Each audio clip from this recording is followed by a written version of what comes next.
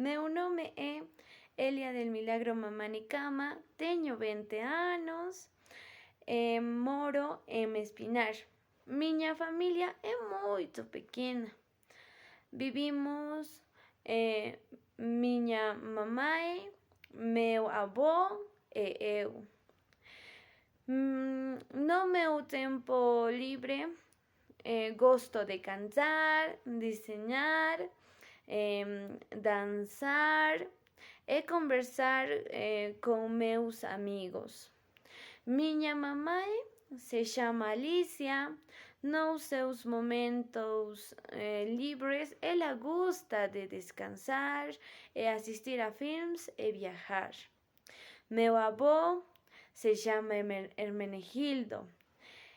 Tem 80 anos, é uma pessoa muito reservada. No tempo livre, ele gosta de consertar bicicletas ou qualquer coisa que encontra. Nós três gostamos de assistir a filmes juntos e passear.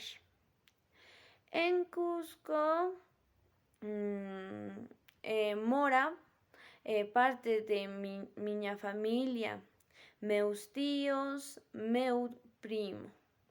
Minha tia se chama Lucila, tem 35 anos, é contadora e gosta de cantar em momentos livres.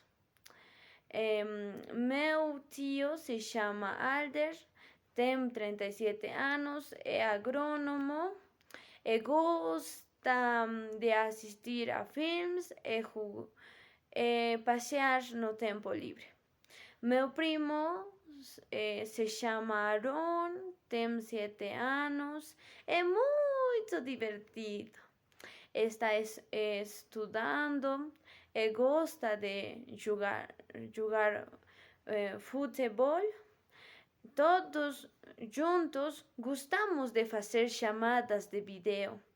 Eu considero que a internet e as redes sociais são bom passatempo, porque graças à internet posso assistir a bons filmes e também me ajuda a comunicar com minha família e amigos que estão longe. Muito obrigada.